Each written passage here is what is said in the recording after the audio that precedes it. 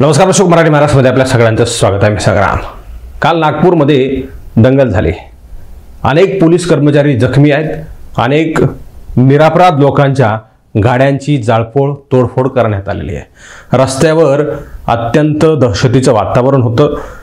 काही ठराविक चौकामधले रस्ते जर पाहिले तर त्या रस्त्यांवर काचांचा खच आणि दगडांचा सडा त्या ठिकाणी पाहायला मिळत होता.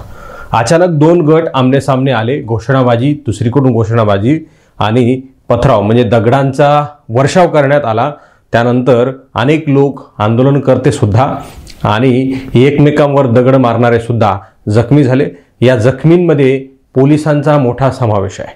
खरं तर अशा प्रकारच्या हिंसक घटना घडल्यानंतर पहिल्यांदा निरपराध बळी जातो तो म्हणजे पोलिसांचा.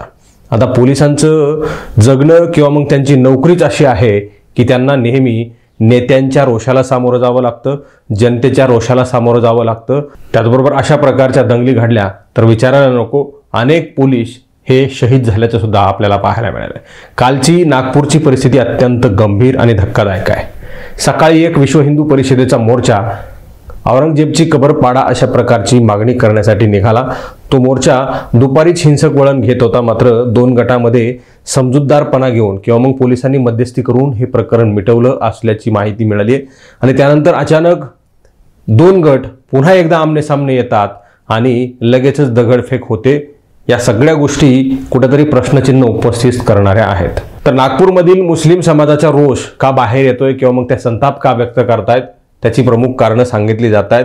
सकाळी जे आंदोलनकर्ते होते त्या आंदोलनकर्त्यांनी जाणीवपूर्वक मुस्लिम धर्माच्या काही चादरी पायाखाली तुडवल्या आणि त्यावर धार्मिक शब्दप्रयोग लिहिलेले होते आणि त्यामुळे मुस्लिम समाजाच्या भावना दुखावल्या आणि दोन गट आमने सामने आले. घोषणाबाजी, दगड फेक करण्यात आलेली आहे.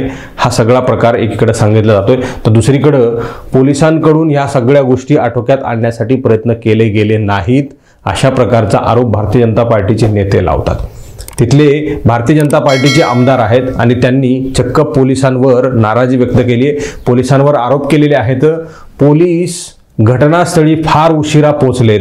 सकाळी वातावरण तणावाचं होतं, दुपारी होतं आणि संध्याकाळी अशा प्रकारची ही सगळी परिस्थिती कशी काय उद्भवली हा सवाल सुद्धा भारतीय जनता पार्टीचे म्हणजे खरं तर हा भारतीय जनता पार्टीला आणि सत्ताधारी सरकारला घरचा आहे रे असं म्हणता येऊ शकतं.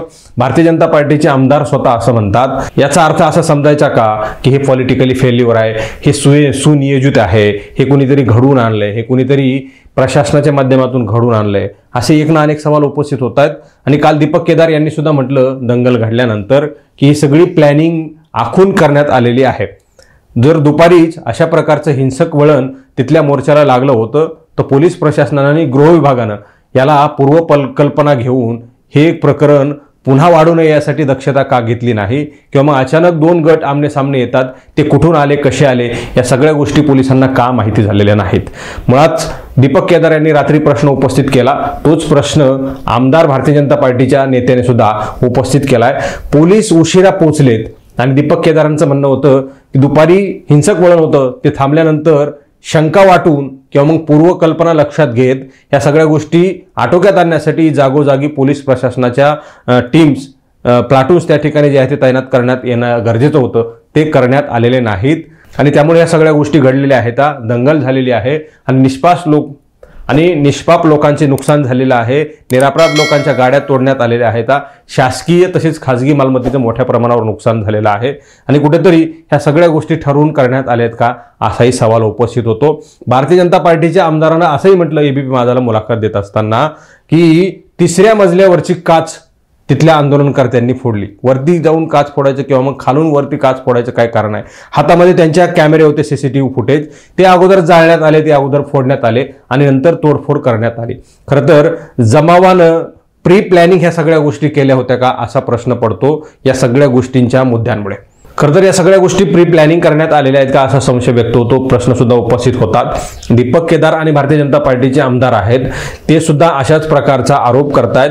पोलीस प्रशासनाचे लोक जवळजवळ 2 तासांनी उशिरा आलेले आहेत. ज्या ठिकाणी एरवी अनेक पोलीस प्रशासनाचे लोक त्या ठिकाणी तैनात असतात त्याच चौकामध्ये नेमके काल पोलीस नव्हते असाही सवाल भारतीय जनता पार्टीच्या आमदारांनी व्यक्त केलेला आहे. दीपक केदार आणि या दोघांचं स्टेटमेंट नेमकं काय आहे आपण ऐकून घेऊयात. ठरवून ठरवून केल्याचा हा प्रकार आहे। सकाळी आंदोलन झालं ते चुकीचं झालं का बरोबर झालं ते गणेशपेठ पोलिसांनी झालं, पोलिसांनी मध्यस्थी केली, तो विषय सकाळी संपला होता। पोलिसांनी कारवाई केली, गुन्हे दाखल केले, लोकांना अटक होणार होती। संध्याकाळी वेल प्लॅन करून तिथं सुरू करून इथे संपवण्याचा त्यांनी प्रयत्न केला। पण काल नागपूर पोलिसांनी ज्या ठिकाणी दरवेळेला जास्त तणाव असतो तिथे जास्त पोलीस असतात किंवा असे काही पॉईंट आहेत नागपुरात की जिथे असा शहरात कुठेही तणाव झाला शहरात तरी तिथे पहिले पोलीस येतात, तिथे काल पहिल्यांदा पोलीस नव्हते। जर या चौरस्त्यावर पहिल्यांदा पोलीस आले असते 8-9 वाजता तर ही वाईट घटना घडली नसती। 8 वाजतापासून 9 वाजतापासून 10 वाजतापासून फोन केले, ही घटना रात्री 12:30-1ला घडली आहे। लोक फोन लावून राहिले, लोक सांगतात एकच महिला आहे, एकच बाई रिपोर्ट लिहिते आहे, एकच बाई लॉकअपवर उभी आहे, एकच महिला कॉन्स्टेबल उभ्या आहेत, पोलीसच नाही आहे। पण जे सेन्सिटिव्ह ठिकाण आहेत तिथे आपल्यापेक्षा त्यांचा म्हणजे त्यांचा आपला कोणता दल म्हणतो आपण त्याला IB असते किंवा त्यांचा जे काही त्यांची जी काही हे आहे ते सांगून तिथे पहिले पोलीस ब्रिगेड उभी राहायची। काल दयाशंकर तिवारींनी मला सांगितलं की इथे ब्रिगेड पाहिजे, इथे ब्रिगेड पाहिजे, संजय बालपांडेंनी सांगितलं, पण तिथे या घटना घडतपर्यंत कुठलेही पोलीस पोहोचले नाही आणि मग नंतर पोहोचले। पण हे पहिल्यांदा जिथे सेन्सिटिव्ह आहे तिथे जर पोलीस योग्य वेळी आले असते तर मला हे निराशेने म्हणावं लागतं, पण यावेळेला पोलीस इथे योग्य वेळी आले नाही अशी नागरिकांचा आरोप आहे। ज्या घरावर ते साधनकरांचं घर आहे त्या घरावर 2 कॅमेरे होते ते तोडून टाकले। 3ऱ्या मजल्यावरची काच फुटली आहे, 3ऱ्या मजल्यावरची काच, खालची नाही 3ऱ्या मजल्यावरची। आता या दवाखान्यात घुसायचं काय कारण आहे? बंडू क्लिनिक त्याचं देवघरपासून सगळं तोडून टाकलं।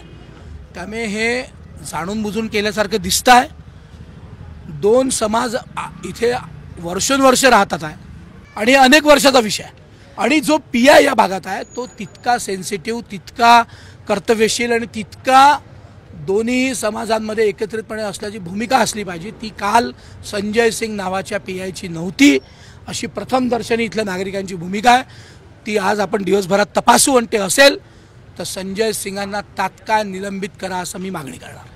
आपण काल हेही आरोप केलेला होता की स्थानिक तरुण नव्हते, बाहेरचे तरुण आलेले होते। स्थानिक तरुण म्हणजे नागपुरातलेच तरुण होते, पण कोणी नागपुरातल्या त्या दिशेतनं, कोणी उत्तर नागपुरातनं आलं, कोणी पूर्व नागपुरातनं आलं, कोणी दक्षिण नागपुरातनं आलं, इकडले तिकडे आणि तिकडले इकडे। काही वस्त्यांमध्ये काल रात्री मी पाहिला जुना हिस्लॉप कॉलेजच्या पाठीमागचा जो भाग आहे त्या ठिकाणी काही अनओळखी दुचाकी सापडलेल्या आहेत, तर त्या दुचाकींचा वापर करून वस्त्यांमध्ये घुसण्यात आला। दुचाकींचा वापर का केला?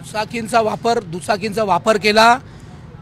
जुना हिस्लॉप कॉलेज गल्लीचा काही संबंध नाही, त्या गल्लीतल्या 14 का 16 गाड्या फोडल्या। पोलिसांवर तुम्ही गंभीर आरोप केलेले, गृह विभाग तुमचे गृह विभागाचा मुद्दा नाही, देवेंजी आमचे असतील तरी नागरिकांची जी भूमिका आहे मी सांगतो। आरोप मी इथे नव्हतो त्यामुळे मी काही आरोप करणार नाही, पण 2-2, 3-3 तास या सगळ्या भगिनी हे सगळे जयस्वाल सारखे लोक, आकाश जयस्वालात सगळ्यात यांनी 2-2, 3-3 तास फोन केल्यावर 10 पोलीस जर येऊ शकत नाही तर हे दुर्दैव। नागपूरमध्ये सकाळी मोर्चा निघाला आणि दुपारी याच्यामध्ये तणावग्रस्त परिस्थिती निर्माण झाली।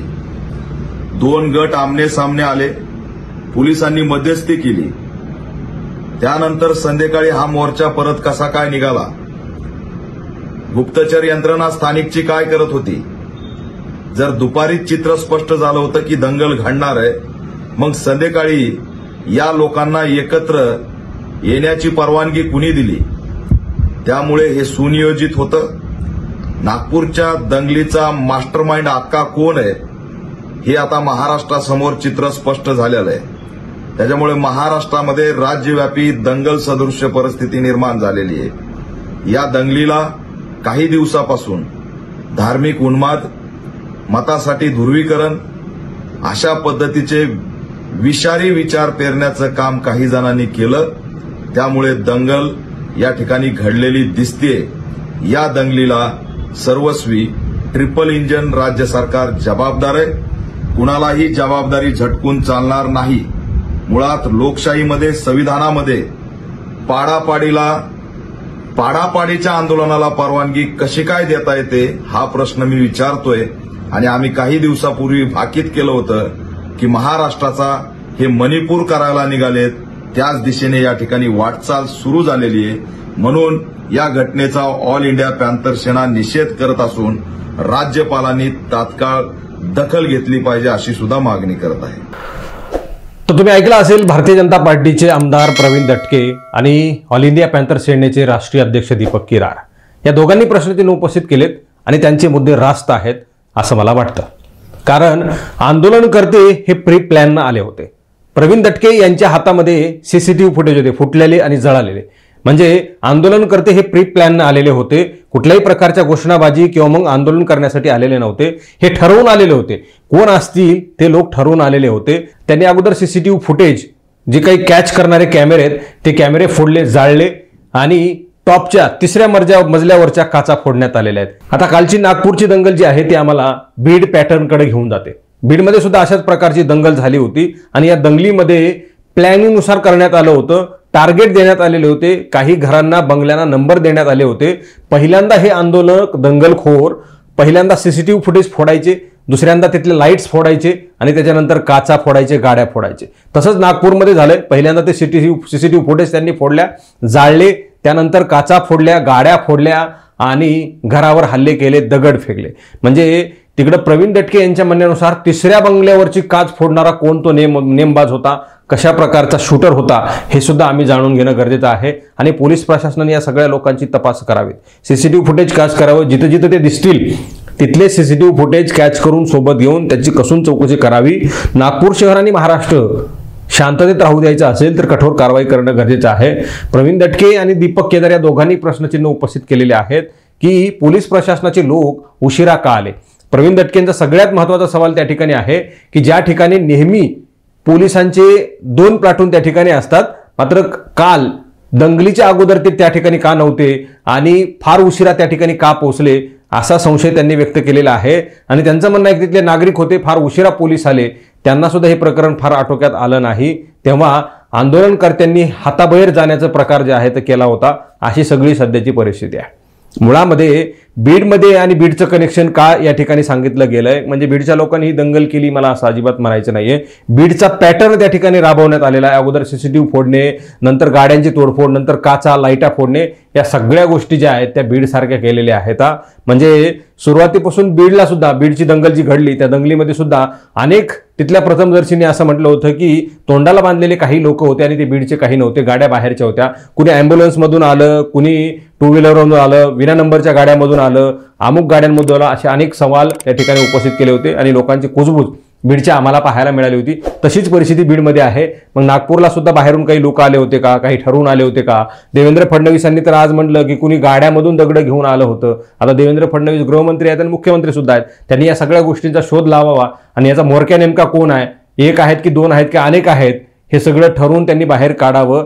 खरं तर देवेंद्र फडणवीसांच्या सरकारमधले मंत्री असलेले नितेश राणे गेल्या अनेक महिन्यांपासून बाबरी आम्ही पुन्हा घडवू असं म्हणणारे नितेश राणे पुन्हा हसून खिल्ली उडवत आज माध्यमांना प्रतिक्रिया देत होते. आम्हाला एकीकडे असा प्रश्न पडतो की नितेश राणे 6 महिन्यांपासून म्हणतात महाराष्ट्रामध्ये कबर पाडून टाकू, मुस्लिमांचं असं करू, मुस्लिमांना तसं करू, मुस्लिमांना कोंडून मारू, तुम्ही आहेतच किती. ह्या सगळ्या गोष्टी नितेश राणे सुरुवातीपासून बोलत असताना नितेश राणेंच्या चिथावणीखोर वक्तव्यामुळे ही दंगल झाली नाही असं कशावरून म्हणता येईल किंवा मग असं का म्हणू नये. नितेश राणे स्वतः म्हणत होते की लवकरात लवकर प्रशासनानं कारवाई करावी. म्हणजे मंत्रिमंडळाच्या यादीमध्ये नितेश राणेच मंत्री, मुख्यमंत्री देवेंद्र फडणवीस त्यांच्याच पक्षाचे, नितेश राणे त्यांच्याच पक्षाचे आणि ते आव्हान देणार की कधी कबर हटवणार आणि नाही हटवली तर आम्ही पुन्हा बाबरी घडवू असं म्हणणारे स्टेटमेंट नितेश राणेंची छोट्या छोट्या लहान लहान लेकरांना माहीत आहेत.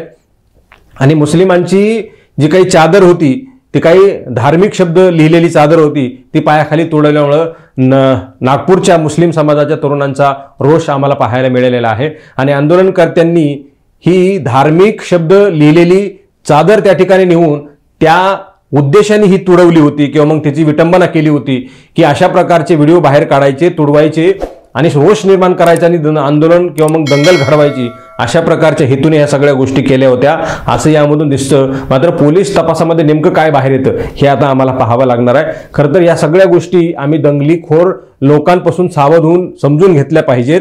आम्ही कुणीतरी चला रे म्हटलं की लगेच निघायला नको, कुणीतरी थांबा आणि कुणीतरी बसा, चर्चा करू, या सगळ्या गोष्टी समजून घेऊ, व्हेरीफाय करू, क्रॉस चेक करू, खरंच या सगळ्या गोष्टी आहेत का, अशा सगळ्या गोष्टी विचार विनिमय करून पुढचं पाऊल उचलावं अशा प्रकारचं आवाहन मराठी महाराष्ट्र करत आहे. कुणीतरी धार्मिक चादरीवर पाय ठेवतंय, कुणीतरी धार्मिक किंवा मग सामाजिक किंवा मग महापुरुषांचे फोटो दहन करतंय, कुणीतरी त्यांची विटंबना करतंय, हे कुणी जरा ठरवून कुणी जरा प्लॅनिंगनी केलंय का, या सगळ्या गोष्टींची थोडीशी चर्चा करणं गरजेचं आहे. जर ती मुस्लिम समाजाची चादर, धार्मिक शब्द लिहिलेली ती चादर जाणीवपूर्वक कुणीतरी विटंबना करण्यासाठी बाहेर काढली असेल तर याची थोडीशी मानसिकता जाग्यावर ठेवून विचार करून पुढची पावलं उचलणं गरजेचं होतं. मात्र लगेचच मुस्लिम समाजाच्या तरुणांनी आक्रोश व्यक्त केलाय, अशी सुद्धा परिस्थिती या ठिकाणी निर्माण झालेली आहे. म्हणून प्रशासनानं नितेश राणे आंदोलनकर्ते, उगम कुठून झाला, कुणी दगडं फोडली, कुणी सीसीटीव्ही फुटले, कुठलं प्लॅनिंग होतं, कोणी काय ह्या सगळ्या गोष्टी केल्यात, हे सगळं निष्पक्षपाती चौकशी करून बाहेर आणावं. तरच लोकांचा सत्ताधारी सरकारवर आणि फडणवीस सरकारवर विश्वास राहील. अन्यथा लोक त्यांच्यावर विश्वास ठेवणार नाहीत. येणाऱ्या काळामध्ये कितीही दंगली घडल्या तरी लोक तुम्हाला सत्तेवर राहू देणार नाहीत, असं म्हणणं चुकीचं ठरणार नाही. मित्रांनो, या सगळ्या गोष्टीवर तुम्हाला काय वाटतं? नागपूरची दंगल नेमकी कशामुळे झाली होती? कोणाच्या वक्तव्यामुळे झाली? कोणाच्या भावना दुखावल्या? कोणाच्या या सगळ्या गोष्टी झाल्यात? या सगळ्या गोष्टीवर तुम्हाला काय वाटतं? तुम्ही कॉमेंट बॉक्समध्ये प्रतिक्रिया द्या. हा व्हिडिओ तुम्हाला आवडला असेल तर जास्तीत जास्त शेअर करा, कारण IT सेल अशा प्रकारचे इन्फॉर्मेटिव्ह व्हिडिओ, अशा प्रकारचे प्रबोधनात्मक व्हिडिओ रिपोर्ट मारून ते थांबवतात, लोकांना पाहू देत नाहीत. आणि म्हणून तुम्ही रिपोर्ट मारणाऱ्यांपेक्षा जास्त संख्येने हा व्हिडिओ व्हायरल करा. तोपर्यंत या सगळ्या गोष्टी आम्ही समजून घेतो, अभ्यास करतो आणि पुन्हा दुसरा व्हिडिओ तुमच्यापर्यंत मांडू. हा व्हिडिओ तुम्ही फेसबुकच्या प्लॅटफॉर्मवर पाहत असाल तर तिथं सुद्धा फेसबुकच्या पेजला लाईक करा, फॉलो करा, शेअर करा. खूप खूप धन्यवाद.